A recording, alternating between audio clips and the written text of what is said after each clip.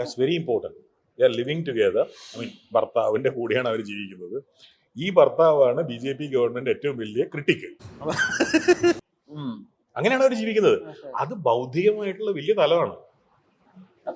എന്ന് വെച്ച് ഞാൻ അവരെ ന്യായീകരിക്കാന്ന് വിചാരിക്കരുത്. സമ്മതിച്ചു. GST വാങ്ങിക്കണം, ടാക്സ് വാങ്ങിക്കണം, എന്നാലും ഈ രാജ്യങ്ങൾ നിലനിൽക്കുള്ളൂ. റോഡ് പണിയുണ്ട്, അല്ലെ ടോള് മേടിക്കുന്നുണ്ട്, അത് വേറെ പ്രശ്നം. അൾട്ടിമേറ്റ്ലി വേണം, അത് വേണം. അപ്പൊ GST എന്ന് പറയുന്നത് കൊടുക്കേണ്ടത് നമ്മുടെ പണിയാണ്. ഞാനെന്താ പറഞ്ഞുകൊണ്ടിരുന്നത്? ഇങ്ങനെ 125 രൂപ അതിന്റെ മുകളിലാണ് GST.